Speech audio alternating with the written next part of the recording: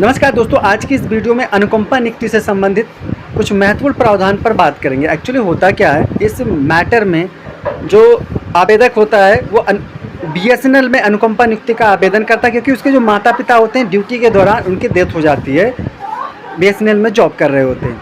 अब बाद में होता क्या है, चूँकि जो एग्ज़ाम होता है उसमें वो 74 नंबर पाता है, जो कि पास होने के लिए, अपॉइंट होने के लिए, डी ग्रुप में अपॉइंट होने के लिए सही होता है और वो पास भी हो जाता है। लेकिन कुछ आवाज़ से संबंधित पॉइंट भी दिया जाता है अनुकंपा नियुक्ति में। खासतौर पर अगर कोई व्यक्ति है वो किराए के मकान में रहता है तो वहाँ पे ज़्यादा चांसेस होते हैं अनुकंपा नियुक्ति पाने के।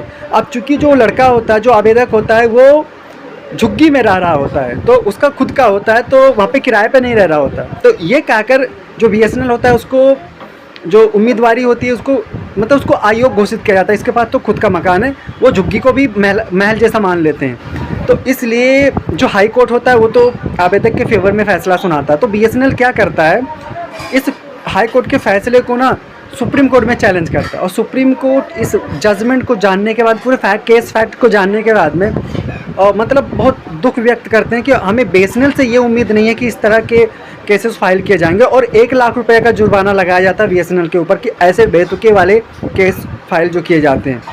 तो दोस्तों एक चीज़ ध्यान रखिए, जैसे आप कभी भी जब अनुकंपा नियुक्ति के बारे में सोच रहे हैं तो एक चीज़ ध्यान रखिए, जैसे अगर कोई किराए पे रह रहा है तो वहाँ पे पॉइंट उसके बढ़ जाते हैं, अनुकंपा नियुक्ति पाने के जो चांसेस होते हैं बढ़ जाते हैं। अब जैसे खुद का मकान है तो वहाँ पे घट जाते हैं। अब ये जो व्यक्ति था ये खुद के मकान में रहता लेकिन झुग्गी में रह रहा होता, जो टीन का वो सारी चीज़ें बनी होती हैं। इसलिए अब बीएसएनएल क्या कहता है, इसको तो भाई अच्छा खासा घर, मतलब वेल सेटल घर समझ लेते हैं, लेकिन जो कि गलत होता है।